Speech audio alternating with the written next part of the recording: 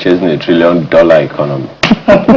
just to let you know, our budget is already over 1 trillion naira. So what's like easy peasy, right? Yeah. It should be easy peasy. Yeah. And you know excuse me. You know, the people, we have a good panel to discuss this matter today. Yeah. One of the things that challenges me about it, there are a good number of ways to look at this particular issue. I was watching a podcast of a former special advisor on industrialization to the AFDB president yesterday, and was talking about the fact that we are losing a lot more from some industries that ought to have taken off that have not. Yeah. For instance, the steel industry in Nigeria. Yeah. You look at the Ajaokuta steel, and he also quoted the amount of money that we spend on importing steel that we could be producing at home. It's not that these things are not possible. The question you want to ask is, what's the problem? It was in this state, Lagos State, that the governor came and said, no bitumen. And the governor immediately after him flooded the whole town as if we had the bitumen somewhere stored. We're just bringing them back to, you know. The same thing we were having. Look at all the roads that were before, until I think sometime during the government of Buhari, was when Dangote came up and said, you know, we can actually make roads with concrete. Hitherto, and look at the Akwakwa Oshodi. Yeah. I haven't seen any dent. Unlike some roads, bitumen roads, you will always need to maintain them over and over again. So now that the federal government is going all over the place, making roads as if they are building, what's that thing? Decking. Yes, but you also know that there are some bitumen roads that if you do it well, yes, it will last. It's because you are right. cutting corners. Oregon Road in Ikeja is an example. Yes. There is also one they call Governor's Road, somewhere I think around what's that area? Well, somewhere around Yanoba and all of that. Yeah. In Lagos, those roads they have that kind of insulation. Yeah. You know. So it is, and the whole point of this conversation is we have the potential to build a $1 trillion economy in Nigeria. Yeah. It was one, I think it was the former vice president of Shimaji, I was saying the leather industry alone is worth trillions in Nigeria. Leather. But what have we been doing? According to the president before, while he was talking, we've been eating it. Eating our mama. And all those things. So I think that's the kernel of the conversation this morning. I guess so. In fact, don't get me going on this, please. And so I'm eating mama this morning. Yeah. So. Well, you see, he's the problem. Yes. He's the problem. So let's just get right to it, and let's bring in, our panelists to discuss this today. We have in the studio with us the Managing Director, CEO of Coleman Wires and Cables, George Onoforoko. Thank you so much for joining us on the program. Thank you for having me. We have joining us virtually Dr. Boniface Chizie, Economist, CEO, BIC Consultancy Services. Thank you for joining us. Thank you for having me. Yes, thank you. Great to see you this morning. And we also have the Special Advisor to the President on Economic Matters, Tope Fashra, who joins us once again for this conversation. Thank you for joining us on the program. Thank you very much, and good morning to you. Right, so let me start with you, Mr. Fashra. Chasing a $1 trillion economy, Aide has said we've exceeded, a $1 trillion budget. So, what else can we be chasing than dollars? So, you being in that position that you occupy, from where you sit, and you have some of those numbers that you're reading. Is it achievable, this $1 trillion economy, or are we chasing shadows? Well, no, we're not chasing shadows, and it is achievable. It's a good thing to have a target. Otherwise, if someone or an entity or a government does not have a target, then how do you motivate yourself to do better? So the whole idea is to have a target that you can chase, and Mr. President has done this from get-go, and we're achieving it. Let me give you some numbers already. between 2023, the Naira GDP of Nigeria was 314 trillion. Right now, as I speak, it's 530 trillion.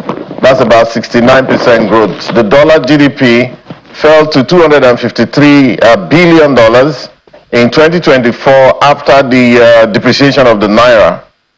Today, that dollar GDP is $377 billion and is going to close at over $400 billion by the end of this year. Now, it's if there was a hard approach towards achieving $1 trillion economy, that's really not a big deal, but that's not the approach.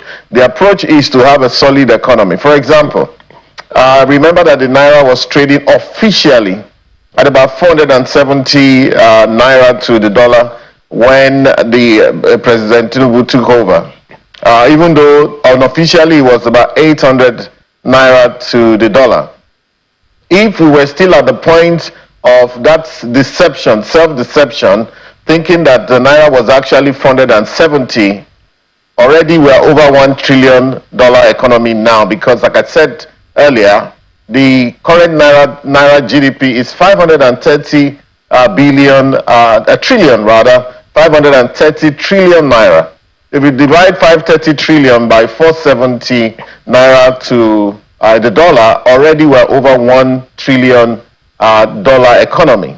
However, that's not the focus. The focus has been to allow the Naira to achieve its true value, its productive value. Okay, more like this, the productive value that gets industry working. Okay, whereas of course it may be more expensive to obtain maybe raw materials from abroad, but that has also caused many industries to source raw materials locally. Okay, and of course it has also shifted the behavioral patterns of Nigeria, the purchasing patterns of Nigeria. The Nigerians realize that we're now buying more locally wherever we can find the opportunity. We're purchasing more locally than we are importing from abroad. Nigeria's import has fallen at a macro level. I'm talking of the import every year has fallen by about 35%, whereas exports has also increased by about 40%. The throughput in Apapa port as at 2024-25 reached a peak of about 8,809 20-foot containers of exports that was going out of the country. And we're not only exporting commodities, we're now exporting commodities and manufactured goods, including cars. Of course, you know that there are about 5 car manufacturers in Nigeria and about 7 assemblers in Nigeria that are selling to the West African region at least. You can see that Nigeria is also engaging more and more with the African, continental free trade agreement and area, and we're doing a lot more. So I think we're more interested in creating a new economy that is calibrated fundamentally towards productivity more than chasing 1 trillion. But that 1 trillion is certainly achievable, and we're going to give it a good shot. And lastly, Ayo, I'll say that if we chase 1 trillion and we end up at $750 billion or 800 billion, I think that's a pass mark. So it's not a hard pass. We want more. But because I also believe, Mr. Fashua, Dr. Fashua, there are certain industries that have not even opened up, for which we should open up, and there is no doubt that those ones will also scale us up. But I'll come back to you on that one. Let me go quickly to Dr. Chizia, because we want to be able to marry these figures, these numbers that you are talking about, Dr. Fasha, with the certain other economic realities within the country. We have Mr. Onofo to talk to us about the industries that power and can activate these. But Dr. Chizia, let me ask you, hitherto there had been that, should I say, distance between fiscal policies and monetary policies on the one hand.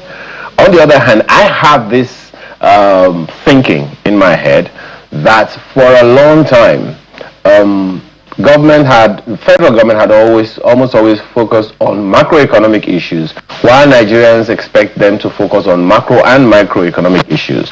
It would seem like largely we cut the state governments a lot of slack because we expect that the state government should be focusing on microeconomic issues while the president to support the macroeconomic initiatives of the federal government. I don't know how you see those two going, Dr. Chizia.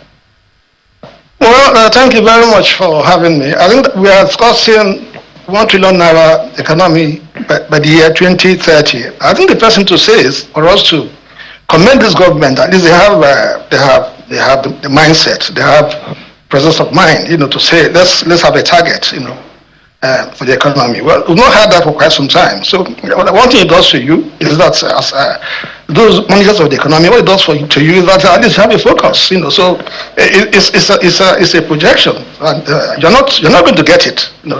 That's certainly the case. But then you have a focus. So we have to say that. But I think that is a top order. But let me go back to the question they asked me. Certainly you can't have the economy grow if you don't have, if the monetary policy and fiscal policies are not pointing in the same direction. There's no way it's going to work. You have a situation today where Governor Cardoso, is pursuing, trying to manage inflation, so on, manage the exchange rates and so on. And he's done quite a good job, doing that. So at least we have some stability, which wasn't there for a long time. And for most businessmen, stability is so much important because as a business person, it's very difficult to manage uncertainty. So you are doing this round of business, you're going to do the next round of business, you don't know what's going to happen to you. But certainly what is clear today is that the fiscal authorities and monetary authorities are not pushing in the same direction. That's very clear. Obviously you find that the budget surpluses we have, which are not that transparent. I don't even maybe talk by my friend can maybe have the figures. But most of us out there, analysts, there's a bit of we're in the cloud as to exactly what the situation is. So you have a budget situation where the budget is not being implemented, and then people come out and tell us, you have capital allocations that are not cash backed, and then how are you going to have the 1 trillion economy in a few years time? Talking of 2030, how are you going to do that? Look at the rates of growth of our economy. What has it been? We had the facts there. For a long time before this government came on board, we grew up barely 3%, which is lower than the rate of population growth, which means that growth and development is not being felt by the people. Now, even now, what's the rate of growth? It's still about 3.8, just barely 4%. And even the government itself, they say that by their own projection, they will have to grow by 12% to attain this objective. So I think that gives you your answer. Right, thank you. Mr. Onofoko, I mean, Dr. Fashua has given us, what the ambitious plans are. He says it's actually achievable. Dr. Chizia has given us, what it could be from an economist and analyst point of view, what those numbers could mean and, what it means to achieve them. But, we need, people like yourself to actually make those numbers a reality. The manufacturing sector, the small-scale industry, the informal sector. There's so many people that can account for this. So from a manufacturer's point of view and from a person in the business climate that's, in the nitty-gritty of it, that the government needs to make these things work, what are those things that need to get out of the way, for it to actually become a reality, for you to say, President Tinubu, we understand you, we know what you want, but I mean, if these things don't happen, there's nothing we can do about it. Correct. Okay. First of all, I think in all fairness, everybody is commending what the government is doing today. The federal government, yes, is doing today. There's a lot of correction, and you have to be fair on top of here. Is also alluded to the fact that 1 trillion is possible. 700 to 800 is a pass mark. We've all done the figures. Is actually telling you where the truth might lie. And so I always love when people actually give you the insight into where the realities might land us at, which is true. An 800 by 2030 or 700 plus is actual. Figures are telling towards a 775, 800 mark. But for us to achieve that higher figure, of course, we have to do a lot more. But is it possible? Probability says it might still be possible, but the growth rate, the same way has been said earlier, we need to grow at greater than 10% per annum GDP. Now, but when it comes to the reality of it, how do we get there? Now, GDP is growing. Yes, we are now at 4%, 4.1, thereabout. But what is growing it?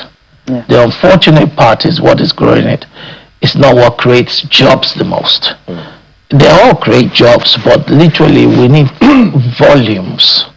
Now we're growing massively in ICT, in finance, in oil and gas sector, because certain policies have been put in place to actually make these sectors do far better. The question is, where employment is created is in manufacturing, agriculture, and trade. We're lagging behind a lot in that area, especially on the manufacturing sector. Now, we need to be also deliberate, and we've conversed for this. If you look at it, quarter one of this year or half year of this year, we've seen FDI increase. Fantastic. But majority of the increase also has come from FPIs. So 95% of the funds that's come into Nigeria today is foreign portfolio investment, which is short-term funds. We need long-term money. So for a manufacturer today, we need long-term money. The reality is that the long-term money and the patience money is not that there. So the first thing you have to actually do is try looking at solving that. We are in a situation where there's an imbalance between the macro and the micro. Macro, we have to applaud the CBN governor. He has done, but it's giving us peace. I can plan better today. FX is stable. We have a stable economy. Inflation is turning down. We can plan. But the question is, what will make me invest? What will make me put more money into machinery? What will make me grow my manufacturing plant? What will make me go into agriculture, processing of agriculture? Is the key question. What's the inhibition? Now, the inhibition is, the reality is there's a little bit of disconnect between the realities. There's no patient funds in manufacturing anymore. We used to have it. The government sold a lot of push into that area. But unfortunately, I think the unfortunate part is that we're picking stability and leaving the long-term goal. Yeah. BOI is struggling today. Interest rate for the first time in the history of BOI has jumped up 6% to the manufacturers. BOI is a development bank. How? I don't understand why they would even allow it. I felt sorry for the BOI MD. I felt sorry for the Minister of Industry, who literally fought against it. That, look, we should actually make sure we are funding this bank to make funding available for scaling up. Because I've had a lot of argument with commercial banks over it, that you cannot borrow at 20-something% or 30% and grow the economy. There's no patient fund. Even if you are creating a bond at over 20%, it's not going to be viable.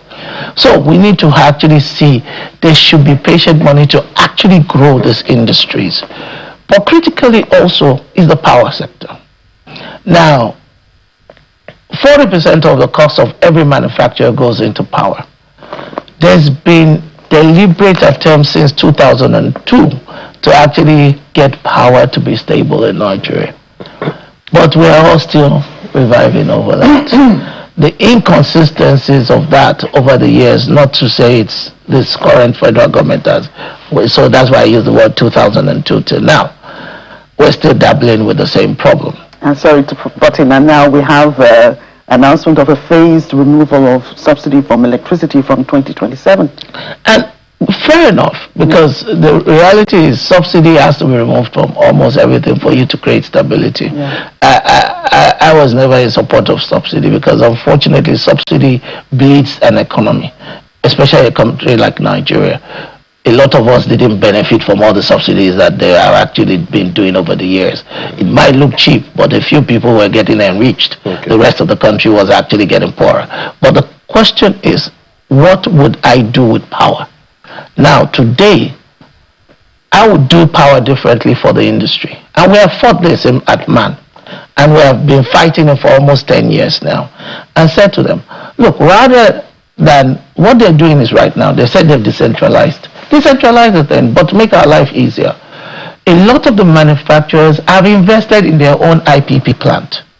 Why in the heck Nigeria is selling power gas to a manufacturer at $8.70 and I can export this for $2. I can go to China today and buy back at $4.50, $4.60. But I'm in my own country where the gas comes out from, and I'm a manufacturer that has put $4 million or $10 million into my own IPP that I can even cluster around me, but I'm paying $8.70. We've argued with the previous government from MAN. We're arguing with the current government that, look, if you don't bring that price down to $4.50 or below $4 like you give others, you will still have a problem. Well, Dr. Fasha will have to answer that question. He would have to. But before I go to him, I want to ask you this one. I mentioned it to him. You are a practitioner. Yes. In Nigeria, in the industries in Nigeria. Yeah. So you will be able to tell us what the pain points are, and then he can give us the balm to use the pain, which is there are some sectors that have not really opened up. Yes. As a matter of fact, there are some sectors until recently, I don't know if it's changed, we export them. Correct. Leather, for instance. True. Come back to Nigeria as made in Italy. That's just one. The federal government has been talking about value add as an edge for us in Nigeria, easing down on exporting raw materials and value adding in the country. Cocoa is another one that suffered like that over the years, and that's just for those two sectors, the agricultural industry. In industry, in the steel, we chatted, Jackie and I chatted about it the other time. The potential is there, it has been there since the 80s, and it is still very, very latent. There are those who would argue, you use steel one way or the other, there are those who would argue that if we opened up these, if we facilitated them easier, better, and more, maybe we can fast track this $1 trillion economy target. I totally agree, because look, two things must play in that. Agriculture, we're all talking about, cannot play without manufacturing. We just don't want to be raw material sellers. I put out my Greek and I can't process to the next phase. Like someone having a palm kernel and wants to sell the palm kernel seeds and also want to process palm oil. It doesn't make sense. So manufacturing cannot be out of agriculture. So it works in symbiosis. The reality is this. We want to do that. We want to get things right. But how and where and the focus is all about getting things right the right way. I'll talk about cocoa that you've just said. The good news is that they're actually investors. I know $140 million being invested in Shagamu in a cocoa processing plant already today by one of the players. Because it's my job to actually know who's going into manufacturing. Right. So we saw the government's initiative also on shea butter, which basically means, because we do actually grow, we're one of the biggest growers of shea butters in the world today. Wow. But today we just send out the seeds. But now they came up with a policy under the Ministry of Industry to actually stop that and have a 30% added value in country. And that's changed. The figures have actually changed. There's been 56 billion export in shea butter, processed shea butter, this year alone. And that is also added value, because that's manufacturing. Because selling the seeds is different from me processing the seeds. Absolutely. Now, so you are actually having deliberate attempts on tariffs that they've also started doing that. the changes have begun. How quickly they will impact us, it's a slow process because that's what happened. Certain changes in government, we have to actually say they have actually started doing some fiscal policy changes to actually enhance these things happening in country. What they also need to continue doing is that there's a focus by the federal government on 30% added value on almost everything from mining to raw materials to actually showing that we can export added value. And let's be sincere, non-oil export in Nigeria has actually increased. It's now about 23% from 17%. Now, where we want to see is that what will sustain it is the important thing. Okay. Let's drive that sustainability, power, pricing, patient money. Now, one thing I would want us to even think and put into, something about President Obasanjo did in his time. Unconsciously or consciously, I want to make $1 billion Nigerians from something. The question is, that was deliberate at Nigerians, not deliberate at foreign direct investments. Because you cannot grow your country without your own people. Yeah. No foreigner can grow Nigeria for us. Nigerians must grow it. The question is, how many Nigerians now are we deliberately, we need a Dangote, we need a Tony Elumelu, we need all of them to be there, but we need many of them in each of those sectors. So now they themselves have to find their own, let's just say, numbers that they need to grow. And deliberately in sectors, not one, in all sectors, so that we know even if in 5 years this is what we achieve. We have achieved 20 or 30 or 50 companies that are now scaled up into those $1 billion. We change the dynamics in the industry. Absolutely. Dr. Fashua, the question has been set for you, please. Really? Answer it. He is in the real sector. I'm sure you know him. And there are a good number of people in manufacturing in various industries all over Nigeria who would want to say a thing or two about the challenges that they are having. But speak to some of the issues that you have heard Mr. Onofonko raise here, sir. Right, thank you very much. Let me first leave you with this. While we were speaking, and of course, there are still many challenges around Nigerian economy, but I think Mr. Onofonko also acknowledged that, we've seen a few shifts, including the contribution of the non-oil sector to the Nigerian economy. And of course, even the dichotomy oil and non-oil, I believe at some point we would begin to move away from that because indeed there's the oil illusion, the fact that only about 35% of oil production actually really belongs to Nigeria, the rest being to belonging to accruing to production companies, whether international or local, as it were. So anyhow, I did a quick search on AI while you were speaking, and asking the question whether manufactured good exports has increased in Nigeria. I knew that it increased. I needed to get the specific numbers. So I have a surge in 2025 of 46.76% to 1.1 trillion in the first half of 2025 alone in terms of manufactured good exports. So I must say kudos to manufacturers like Mr. Onofonko. It's a very tough terrain to be in. And for those who have occupied that space in Nigeria and continue to occupy that space, we can only say thank you. I mean, it's an incredibly difficult task given so many moving parts to manage a manufacturing industry or a factory from morning to night for one day, given the many things that you have to control. And of course, in line with that, I've also recently been speaking about the need for us to emphasize domestic investment over foreign direct investment. I mean, whereas we need the foreign investments to come in, whether portfolio or direct, and of course we've been having a lot of portfolio investments coming in, which also helps, maybe helps to stabilize the Naira, gives us, some breathing space as it were. But domestic investment is actually what is running this economy, because in the year 2025, we got about $1 billion plus. in terms of foreign direct investment.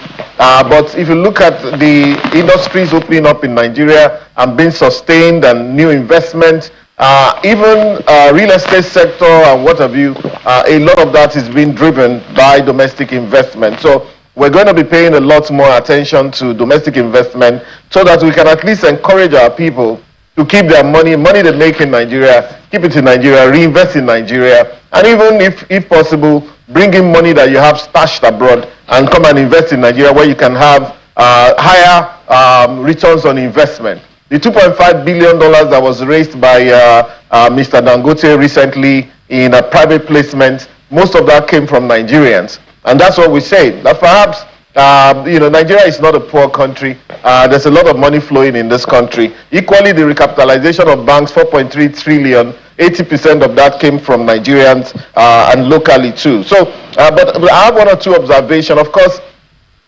I mentioned manufactured good exports, and I mentioned earlier on the fact that the export sector has done pretty well in this country since 2023 because of the change in focus, and of course partly because of the reduced value of the naira, which has made us to really concentrate on our country and has created a lot of interactions in the local economy, which has taken the GDP to 530 trillion naira as we speak, with a view to closing at 580 trillion by the end of the year. That's according to the IMF, not me. Remember also someone like Mr. Tinubu did project recently that he sees naira closing at 1,000 naira. Well, he's an industry player. He says he sees naira closing at 1,000 naira by the end of this year. As an industry player, and also piggybacking on the developments in the industry, including Dangote refinery, as well as other developments in the economy, I think we should take him serious and actually look at what he's talking about. So if the naira will get stronger, of course, that means that the GDP in dollar terms will also spike, while the GDP is also growing in there are many people, Dr. Fasha, my apologies for butting in. There are many people who will be wondering, well, on the one hand, we're happy that the naira, because it comes close to 1,000 naira to the dollar. But then there are those who are still wondering, gosh, my dollar is going to lose value. We'll leave them to bother about their problem. However, exactly. there is an issue. Unfortunately, we're not here for the dollar people. Exactly. We're here for Nigerians and Naira people. So there's an issue that, Mr. Onofo Costa, and I'd like you to speak to it as well. There are sectors that haven't quite opened up. And if we are chasing this $1 trillion economy, you know how seriously and how much more we need the nano and micro industries, nano, micro and small industries. You know how much we need them, given their vast contribution to the economy. The leather industry, is one, particularly in the north. There are those who are wondering how come it's still the way it is. We still, I don't know if you want to quickly speak to that one. Then there's also the steel industry that seems to be crawling over the years. Whether or not it's going to get up at all, that's another thing altogether. The late President Buhari also made some effort in that regard. There are one or two others like that. Right now we have maybe the energy sector and the telecom sector driving the economy. I think it was MTN that just announced a 1.09 trillion naira profit, up 75+%, half year. Not even full year. Now, and exactly so if we opened up other sectors, like the agricultural industry, I mean, I've just talked about the livestock sector is just one of a huge, ecosystem in the agricultural industry, the steel industry. And Mr. Onofo just said now that we can't talk about manufacturing without the steel. So what's the challenge opening up these sectors as well, so that first of all, the micro, small, and medium producers, manufacturers can grow, have work to do, and then we can begin, we can scale up this and fast track this agenda of a $1 trillion economy. Right, thank you. You've mentioned many sectors, and of course, this is a clear ongoing process with different money levels and everybody trying to do their work. We have a minister in steel. We're looking at Ajaokuta afresh. Listen, I mean, we may not have the time to go into all the shenanigans that have taken Ajaokuta to where it is today. We still have a few steel companies, even in the private sector, that are still running as we speak around the country. At some point, even steel recycling of abandoned vehicles and all of that became a huge industry. There are one or two companies in Lagos in that axis that are minting money from that, even exporting some of that abroad, apart from local use as well.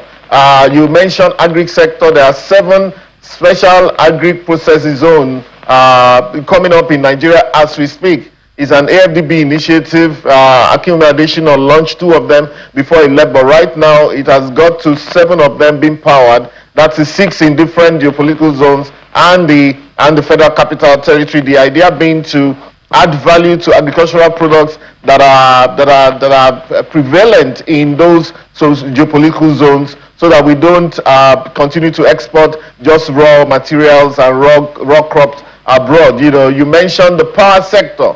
The power sector is actually being redefined today by renewables.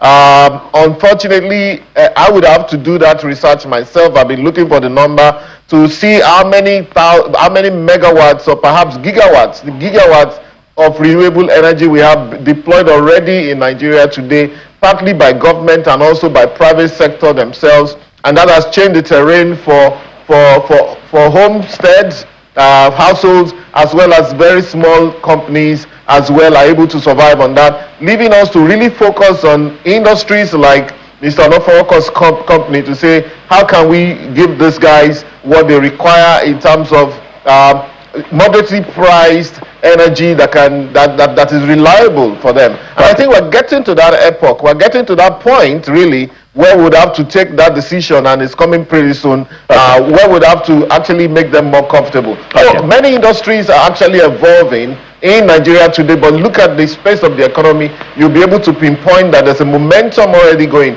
Solid minerals is another thing. A lot of things going on in the solid mineral sector. On value addition, 2 lithium factories, in fact 3 lithium factories operate in Nigeria today. The investment in all of them is more than $1 billion in the 3 of them, in Nasarawa State, I think in Kaduna, and I think in the FCT. A lot is going on in Nigeria. I mean, I think we have a hard-working government under the leadership of President what anyone would argue, I think that's the way forward. Yes, Dr. Fasha, what many would be arguing is initiatives, fantastic, a lot of work the federal government is doing, fantastic, but then the lived realities of Nigerians are another thing altogether. Dr. Chizia, this next one is for you, bringing it all home to the Nigerian.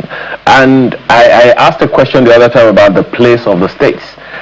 All products, everything that is made in Nigeria, everything, absolutely everything is made in states. One state or the other. But it would seem like every time we're talking about the economy, we're talking about employment, we're talking about facilitating anything, we seem to focus only on the federal government, no matter how far or near it is from us, as opposed to the realities that a good number of people at the various levels in the various states, companies like Mr. Onofowoko's and so many others, even companies like yours, operate in states. What's, in your opinion, the body language of state governments to helping the Nigerian economy grow? The president has repeatedly pointed out that it is necessary for governors to begin to do stuff, bring governors closer to the people as much as possible. But what are your thoughts on that? Are the governors in any way, or rather state governments in any way, being as active as they should to ensure the Nigerian has a better lived experience? Well, okay, Ayo, I think that first of all, let me say that unfortunately I was not hearing Tokbe as he spoke. I thought that since we play on the same space, I'm able to accept or not quite accept, the views he's making. I think that he's doing so as an insider. But I think that there are a few comments I want to make, before I talk about the states. And the monetary policy rate at 26.5%. It's no. It's not. So I'm sure the central bank knows about that. As Tobo himself did say, nobody can do real sector business at over 30% interest rate. It's not possible. So you're doing some hanky-panky. It's not going to happen. We're talking of manufacturing, industry, agriculture, real estate, mining. And so you cannot have growth in the economy, such rates of interest. You also have a challenge with the rates of inflation at approximately 16%. Inflation has to come down to single-digit rate. We had that target for a long time during the last administration. Now we're at about 16%. It must come down. All these things will have to work together. We even didn't talk about insecurity in the land. Insecurity in the land is extensive. And then we have agriculture being affected adversely because of this insecurity. The farmhands are all in displaced people's camp. So we have to tackle that and we must do something about that. We also have to do something about the values we bring to the table. Corruption in the land. Look at fake agencies and so on and so forth. We have doing budgets, we're not keeping the budgets, there's no budget discipline anywhere. We have had multiple budgets, we're running multiple budgets and so on and so forth. I thought I should say that because I think we should, as every opportunity we have, we should speak truth to those in authority. Now let me now talk about the states. All the things that's happening in Nigeria is that all the focus, even the analysts and so on and so on, some of us are guilty of this. When we discuss budgets, we discuss federal government budgets. Nobody ever talks of the states. And then the states are not beginning to get lots of money. When we talked about the monies that were removed from subsidy, and we're saying, where is this money? We want to know where it is. Where has it been spent? Some of the things we got back is that most of the monies, that's why the states now have enlarged their FAC, allocations. Now, what have they done with it? And so we find that the state governments, they buy heavy cars, the state government buys heavy cars, and they replace it as part of its achievement. And he's not even scared that somebody's going to ask, how did he get that money? Where else has he worked to get that money? And so it comes down to the values we bring to the table. So the states are not doing anything, they're not doing much. We complain about what's happening at the federal level. In the states, it's even worse. The national assemblies at the state level, they're not barely up to it. They're not doing what they should be doing. And so, the governors have them in the pocket and so on and so forth. And so all these things we are talking about, we have to move in the same direction.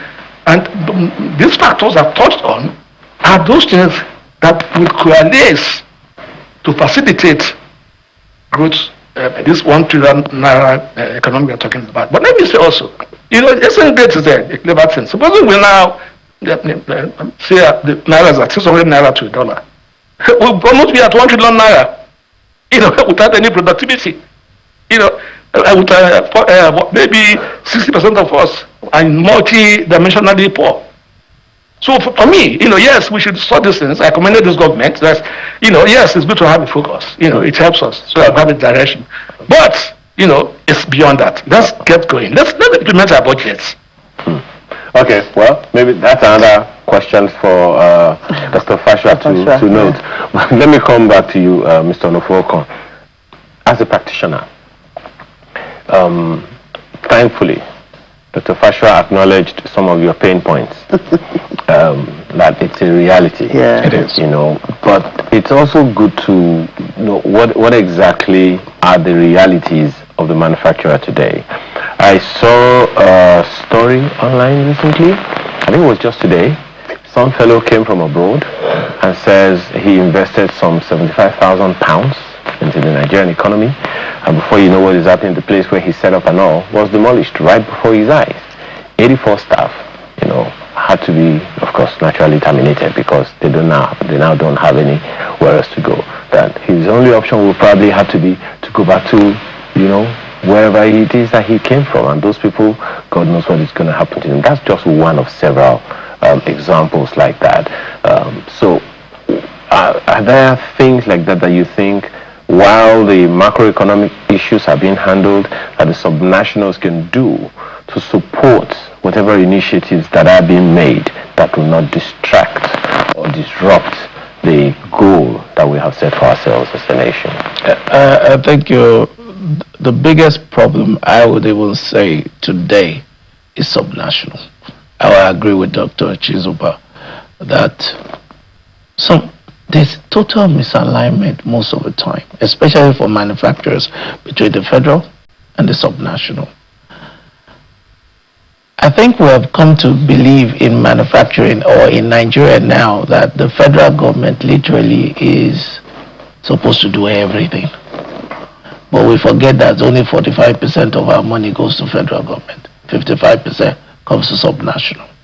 But the subnationals, unfortunately, behave as if there's no money. And they now want to turn, everybody wants to have IGL like Lagos. So Lagos has become the storyline. We all want internal generated revenues going up extremely high. But question you ask the subnational, at what cost do we kill the businesses in that state? Multiple taxations. It will be subnationals, you see things. I just stepped down as the Manufacturers Association of Nigeria chairman for Ogun State. This is subnational, and you see a lot of problems where agencies or so-called sub-agents, not agencies of government, subcontractor consultant agents, who stay in front of the factory of a manufacturer and shut it down and tell you that some fee, some jurisdiction fee that is not even in the law is the reason why him or her has put himself by rules to be in front of that factory and shut it down. And I've had to deal with several of those issues. You'll be shocked that even the commissioner that is in charge does not know the guy has gone there. So now you have a lot to do. The setback for manufacturers from the subnational side is actually a lot higher than the federal side. The federal are not our problem majority of the time when it comes to policies relating to keeping business going. The majority of the problems happen at the state levels, where everybody from the local government to the actual state wants to drain as quickly as possible. But the reality is, without these manufacturers creating the jobs, the payee goes to the same subnational. So pay as you earn doesn't go to the national, it goes to the subnational. It is where you live, you pay your pay as you earn. If you kill the business, I don't know how your IGL is going to go up. So the reality is, we have to also, I think sometimes they try to realign everything. Tax reform from the federal, they've got the committee to actually work on those reforms to try and get everybody to work within a single window. And that, we have suffered a lot from that. Just like you just said, the person that built a factory and the thing is brought down in one day, all because of certain things. I think sometimes we need to have empathy. A person should not put money into a factory. Anybody should not employ even two people into a place, and the subnational brings that building down. It is wrong in all levels. Rather than let us work to create a solution to how does that investment stay there. We are very quick to, and unfortunately that breaking down thing is also a national problem. It can be subnational account. Everybody is quick to break down things, but they say, look, you can break down a house in a day, but to build it is not a one-day event. It takes time. I think there must be a lot more synergy in them for the manufacturers to survive between the federal government's initiatives and the subnationals' zeal to generate income. I think that misalignment is needed most of the time, and it needs for all of them to talk. Luckily, the federal government sits also with the state governors when they are coming together, but I think they need to do a lot more to convince their counterparties to do better. But I'm going to say one thing, and I want to throw this back to Tope, if you will not mind me. Right. I asked one question, he hasn't answered me. The issue of power. Yeah. The federal government has decentralized power. I applaud them. We needed that to be done. Now, if you have decentralized power, it means anybody can generate power, both generate, transmit, even at state levels. But the key thing to the manufacturers, one key area that is still influenced by the federal government only, is the pricing of gas. For the past 15 years, we have fought every government predecessing them for a pricing that is directed. They did for under the Buhari regime because of textile. Textile happened to be the biggest employer of labor at one point in this country, but it died a natural death because, of course, certain things were not played right. Now they were trying to revive that. After man fought, they gave direct incentive to only that sector of $4.55 on gas pricing for the textile sector. A gazette was meant to be signed for the whole sector. Under Kwachuku at that time, he did not sign it. Okay. Till now, we still say it is wrong for you to think it is right for you to get at that time $4.55 for textile industry. The rest of the industry needs the same $4.55. Okay, let him quickly answer because we're running out of time. Dr. Fasha, go ahead. Right, I think as he has said, since it's a perennial problem that they have been raising with several governments over time, it's not in my position to come and give a specific answer on this show. It's beyond this show as well, but it's good that he has come on TV to come and raise this issue. I'm not sure he comes on TV very often, but this also puts more pressure on those that matter to be able to do something about it. If indeed, of course, from the level of man, MAN, that they are actually pushing this position forward, I think it makes logical sense to try and make the lives of our manufacturers easier. And of course, we live in a new epoch with the kind of geopolitical realignments and the geoeconomic realignments that are going on right now. It's been pushed back to everybody. The World Bank did a report in March and said that it is okay for every country to go and industrialize. And some pundits, especially from Wall Street Journal and so on, they took them up and said, but you told African countries for 30 years that they should deindustrialize and just focus on trading whatever it is they had in the ground. And this gives more impetus to people like Mr. Onofowokan to continue to do what he has to do because it has come to a point now where countries have been told to go and sort themselves out to manufacture exactly what they need for themselves. Before I go, so please, it's back in the table of government. Keep pushing at the level of man. I believe you'll be able to get to that point where you can get better pricing for gas and equally for the realignments in power.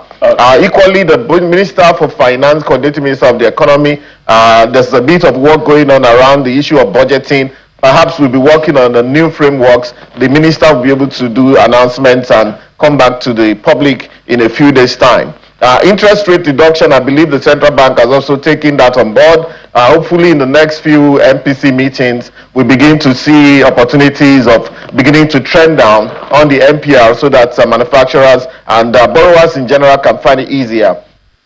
Also note that in Africa we're sitting on about $4 trillion in assets under management, which needs to be deployed from pensions, from private equity, from banks and insurance company. We're looking at actually using African funds to develop Africa, Nigerian funds to develop Nigeria going forward. Lastly, I would say that Ayo, you mentioned lived experiences. And I want to say that, of course, the first thing Mr. President has done is to empower the states. Of course, you heard him say that himself a couple of days back, also advising them on how he thinks they could better spend the money. Of course, he doesn't have jurisdiction to command them, but he can advise. However, the spending, the opening up of local government autonomy, more funds at state level. Akwa Ibom, for example, very lucky state. Akwa Ibom has got over 3 trillion naira since 2023 from FAC alone. Almost 3 trillion naira. That's a lot of money from FAC alone. And lastly, I'll say that if you look at NEL Fund, 1.6 million students in universities have been helped. 303 billion naira has been deployed. So when they talk about lived experiences, that is 303 billion naira that parents would have had to pay in school fees and stipends to those students. So you see, that's why I keep agonizing about this fact. I'm not sure we're getting our numbers right when we say that all that's going on is suffering in this economy. Money is being deployed. I don't think that's what we're saying. I think yes. I apologize. We're running out of time. It's a debate I don't think that's the continue from here. Yeah, that's my thought. Yes, yeah. I don't think that's the point being made. I think the point being made is we are doing well, we can do more. Nigeria has the capacity Okay, to do perfect. way more than we're doing now. Well, in that same space, I just got a text from someone now who is saying, I think we should, when we talk about state productivity in Nigeria, we should reduce the level of homogeneity. We need to be able to disaggregate those doing well, those doing average, and those who are not doing well at all. That is not to say that they should not all do more. And the person went on to point to the fact that Oyo State led in VAT contribution to the National Treasury, and that information is coming from the Federal Ministry of Information and National Orientation. Well, Dr. Chizia, your closing remarks on this. Well, yes, I think that what I want to say here is that I think what we are, of course, we are doing well, but we have a lot more to do. I tried to outline, some of the things that we should try and turn our focus on. And then, growing the economy will just happen. But if you focus on just growing the economy, and then, of course, if you set up a target, yes, we expect you to be optimistic about achieving it. But then on the other hand, it has to be underpinned with realism. So I think that we should probably play down this issue of 1 trillion naira economy and so on and so forth. I did say that, for instance, if you adjust your rate of exchange today, you could probably be close to 1 trillion naira economy. What's most important for us, we want to see growth and development. The Nigerians are suffering. So this government should be concerned. But the importance of governance is about the welfare and well-being of the citizens. Nigerians are suffering today, and it's not we, the elites. Go outside Lagos and see what is happening. So I think that should be the focus of government. They have to begin to do, I don't know what you have to do about this unconditional cash transfers and so on and so forth, and how it's going to be managed, not what the stress we had the other time when we didn't have a register that was authentic and so on and so forth. And then I talked about corruption and corruption and corruption. Until we can wrestle corruption to a halt in this economy and just reduce it to a tolerable level the way it is today, we're not going to get anywhere. Thank you very much. And it's a good start. We already made. Some people will say, thank you so much for your time this morning. Dr. Boniface Chizia is an economist and CEO, BIC Consultancy Services. We have also had Dr. Tokwe Fashua, Special Advisor to the President on Economic Matters. Thank you so much for your time, Dr. Fashua, as well as Mr. George Onofo-Okon, who is Managing Director and CEO of Coleman Wires and Cables, and who is also a co-presenter because he asked a question or two on the program this morning. Thank you so much for your time. Thank you. Okay, when we return, we're still sticking with the economy one way or the other. Yeah. Stay with us.